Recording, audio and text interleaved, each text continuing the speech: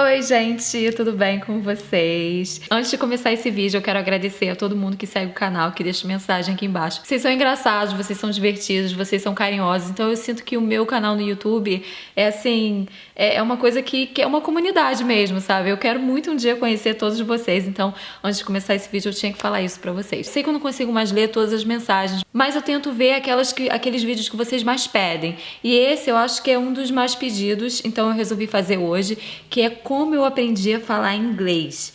Muita gente pede para eu compartilhar com vocês como que eu aprendi, para dar algumas dicas e tudo mais. Lembrando para vocês que o meu inglês não é perfeito, eu não vou mentir para vocês. Eu podia falar, ai, meu inglês é nativo, eu falo como um americano.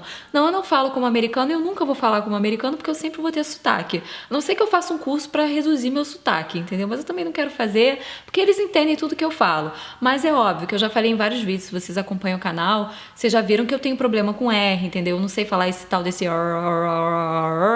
é difícil pra mim, mas eles entendem o que eu falo. Eu só falo assim como se eu fosse tipo uma gringa no Brasil, entendeu? A gramática, o vocabulário, tudo isso vem depois dessas dicas que eu vou dar pra vocês, que eu acho que são muito úteis, porque foram muito úteis pra mim. Então vamos lá, gente, eu não vou me prolongar muito, eu vou direto pro assunto. A minha primeira dica é: exponha a língua inglesa ao máximo no seu dia a dia. Isso é muito importante, muito importante. Assista filmes em inglês, escute músicas em inglês, leia blogs em inglês, interaja com pessoas que falem inglês. Aí depois você pode falar, Marina, mas eu não vou entender nada do que eles estão falando, porque eu não falo inglês. Eu garanto pra vocês que a prática vai fazer vocês aprenderem. Por exemplo, você usa o Facebook direto, vai lá e segue uma página que é toda em inglês. Você é mãe, você é interessada em assuntos relacionados à maternidade. Então vai numa página no Facebook ou entra num blog sobre maternidade que tá todo em inglês. Aí você vai falar, mas eu não entendi nada, Marina.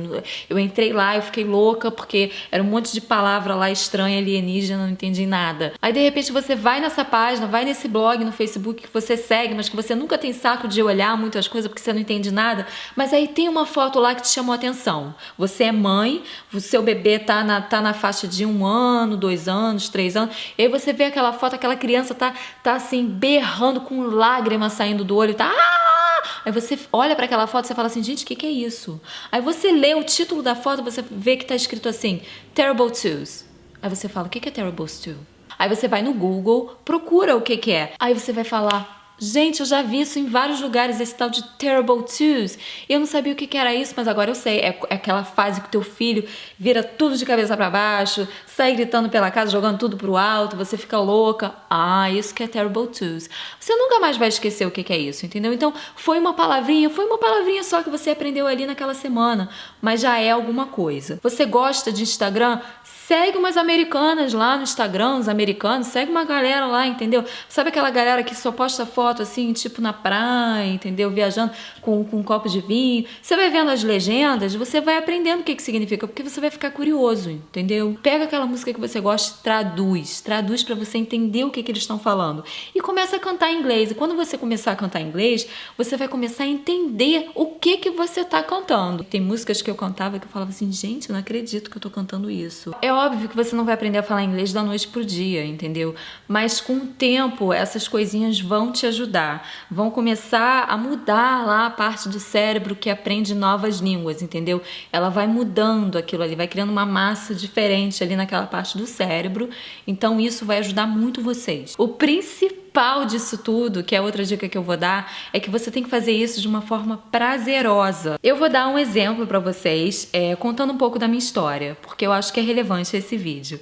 Então, quando eu tinha mais ou menos uns 23 anos, a minha chefe falou que ia pagar o meu curso de inglês. E parte do meu trabalho, né, nesse trabalho que eu fazia, era fazer pequenas traduções. Eu fiquei muito feliz porque eu ia fazer esse curso de inglês, e aí eu fui, toda empolgada, né, pra fazer o curso de inglês. Finalmente eu ia fazer um curso de inglês. Eu queria aprender a falar inglês, eu sempre gostei de línguas. Eu já tentei falar mandarim, gente. Teve uma vez que eu cismei que eu ia falar mandarim.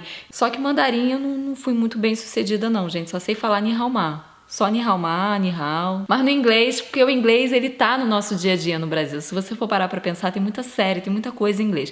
Mas vamos lá, voltando ao tópico, né? Eu cheguei no curso, gente, eu parecia uma criança assim numa loja de doces. Eu fazia anotações, eu fazia pergunta. Eu era aquela aluna chata, sabe? Que ficava lá, ai, não entendi. Peraí, dá pra você falar de novo? Oh, how can I say that? Oh, I don't understand. Aí eu falava tudo em inglês com a professora. Eu era aquela chata da sala de aula que fica fazendo pergunta que os alunos ficam assim, ai meu Deus, não vejo a hora de ir embora. Mas só que a minha alegria durou muito pouco, gente, muito pouco mesmo. Eu acho que eu não fiquei nesse curso de inglês por nem um mês. Porque o que aconteceu? Nessa empresa, né, que eu trabalhava, tinha uma funcionária mais antiga, bem mais antiga do que eu, e a minha chefe já tinha pagado para ela curso de inglês por mais ou menos uns 5, 7 anos, não lembro. Só que era assim, ela fazia, parava, porque ela não gostava de inglês, ela não queria aprender a falar inglês, ela fazia meio que por obrigação mesmo, entendeu? O inglês não entrava na cabeça dela. Então ela não estava interessada de fazer inglês, ela não queria mais saber.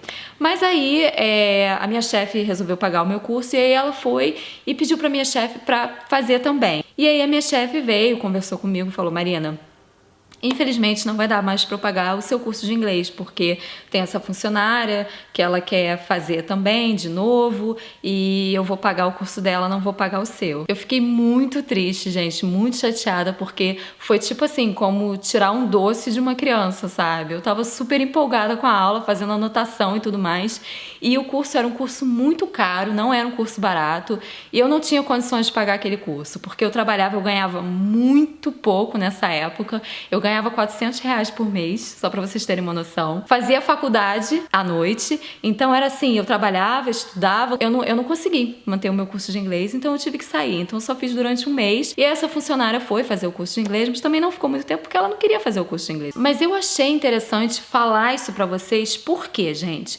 Porque o meu cérebro já estava programado para gostar daquilo. Porque lá no passado eu fazia essas coisas que eu falei para vocês. Eu traduzia música, eu via o filme da Noviça Rebelde com legenda, que eu amo a Noviça Rebelde. Programa o seu cérebro para gostar de inglês. Isso é muito importante. A dica número 2 é uma dica que para mim é muito fácil, que é fale sozinho. Sempre falei sozinha, eu falo em frente ao espelho, eu falo no banheiro.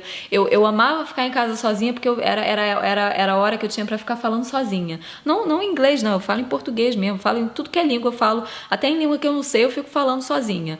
Mas quando eu era adolescente, eu também falava sozinha em inglês. Olha só, gente, eu nem imaginava que um dia eu fosse morar aqui, mas eu já fazia coisinhas que eu parei pra refletir, pra fazer esse vídeo. Eu falei, gente, eu fazia todas essas coisas sem me tocar de que isso ia me ajudar muito no futuro. Eu fazia porque eu gostava. Então, por exemplo, tinham músicas que eu gostava, ou seriados, eu pegava uma frase de uma música, uma frase de um seriado, juntava tudo, formava uma frase e começava a falar sozinha. Eu gostava muito de um grupo chamado Backstreet Boys.